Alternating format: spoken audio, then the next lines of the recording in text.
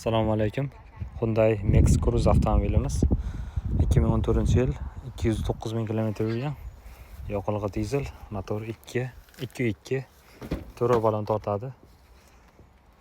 Autoekonomishniy dizel motordan. Mashinaning hamma narsasi bor, full variantda. Faqat lyuk yo'q xolos. Elektronniy sidina, polasa kontrol.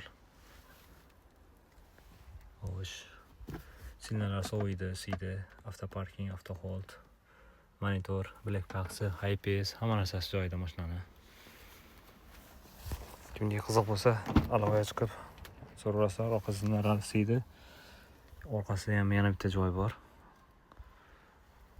Mashina 7 kishilik, 8 kishi ham sig'adi bemalol. Max Cruze, Hyundai Max Cruze. Avariyasi yo'q mashinada. Balonlari ham mana normal holatda, bitta qishdan chiqadi bemalol. Mashinamizda avariyasi yo'q, faqat alishgan detallari bor. Shu eshik almashgan, shu bir tomon hamda shu oldi qanotlar, radiator almashgan xolos. Mashina yurishiga umuman ta'sir qilmaydi. Motordan yog' oqqan joylari yo'q. Holati texnik holat tiniq. Tekshirib ko'rdim. 9.600.000 won. Kimga kerak bo'lsa, aloqaga chiqib bemalol so'rasizlar. Oldi balonlari zo'r ekan. Va shu ideal holatda mashina. Kelib ko'rishingiz mumkin.